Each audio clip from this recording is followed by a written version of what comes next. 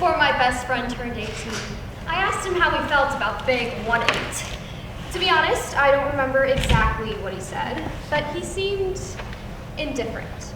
The next day, he turned 18.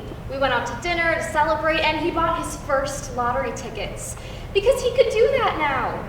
He won a whopping $10, and then he dropped me home, and he's been 18 ever since. A couple of months later, my boyfriend at the time told me that his parents wanted us to break up. I, being somewhat of a rebellious teenager, in immigrant parent standards, didn't really understand why he couldn't make that decision for himself. But he told me, don't worry, I can do whatever I want when I'm 18. They won't care. We ended up calling it quits months later, before either of our birthdays, but he did eventually turn 18. I'm not sure how he felt about it. Honestly, I haven't spoken to him in months. I do still have his things though. Hey, if you're listening, you can find your hoodies at your local Goodwill. Anyways, I turned 18 too. Yeah, and for those of you minors out there, you want to know what happens the night before your birthday, when the clock strikes 12 and the Earth has made 18 full rotations around the sun in your lifetime? Absolutely nothing. Yeah, turns out neither the fairy godmother nor the genie shows up to give you 3 wishes to make up for the 18 years of drab humanity you've had to live through. But rest assured, you do get something. This intangible gift. Responsibility. See, on my 18th birthday, I had, first of all, 3 final exams, because my birthday never fails to fall on finals week. And I also had a dermatology appointment. Now, I know what you're thinking. Navya, please go make another appointment because clearly the first one didn't work out. But this particular appointment was actually because I have this skin sensitivity to light, and my doctor was like, hey, that's a really common symptom of lupus patients. You might have lupus. Yeah, lupus. That autoimmune disease that attacks your internal organs and tissues. So I spent the later half of my 18th birthday thinking I was gonna die, and then scrambling to find the nearest blood clinic. I didn't have lupus, thankfully, but that day I realized something way worse. You see, when I got to the appointment, my mom legally couldn't come into the exam room with me anymore. And at first I was like, whoa, this is great. Privacy. Until they started asking me family medical history questions, and I realized, I don't know if skin cancer runs in the family or not.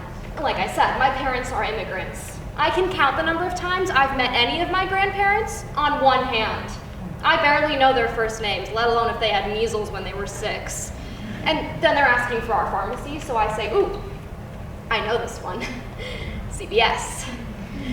Except that what I didn't know is that we had switched to my mom's insurance while my dad was moving between jobs, so our pharmacy was actually Walgreens.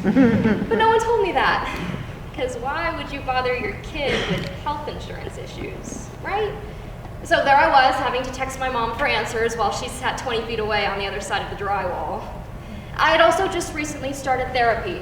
Yeah, I decided I couldn't go into 2023 still being mentally ill, so I advocated for myself, like the responsible, soon-to-be adult I was. So naturally, I had my mom call to make an appointment for me. And like most things in my life, everything was going great, until it wasn't.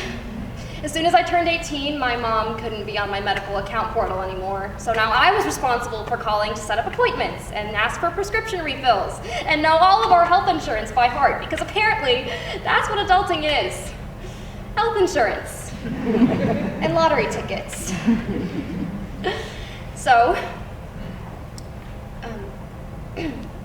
health insurance and lottery tickets. So my psychiatrist assistant, Laura, calls me, and she has all these questions. And I have all these answers, but I also have all this school and all these extracurriculars after school that run until after their office is closed, because I'm a high schooler.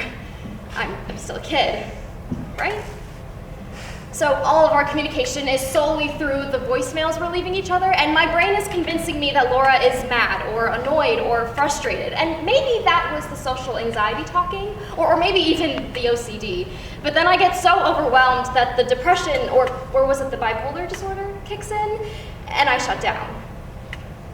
And I ghost her.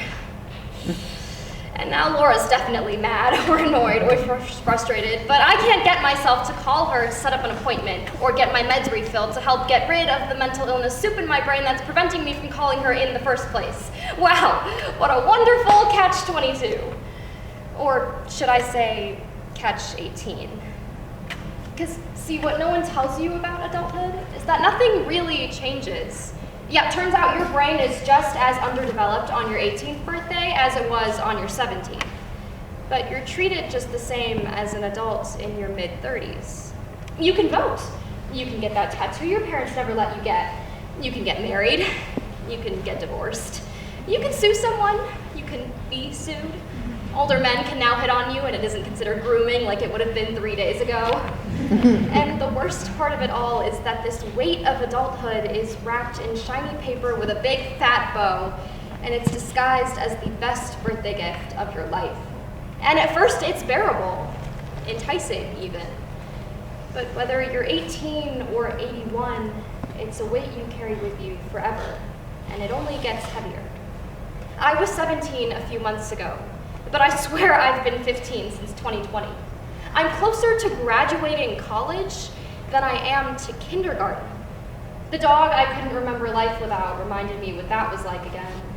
I don't talk to my brother anymore, but we're still playing tag in the backyard. I left my childhood in my old home, and I'm not ready to be an adult in this one. An adult. That's what I am, and it's what you'll all be too.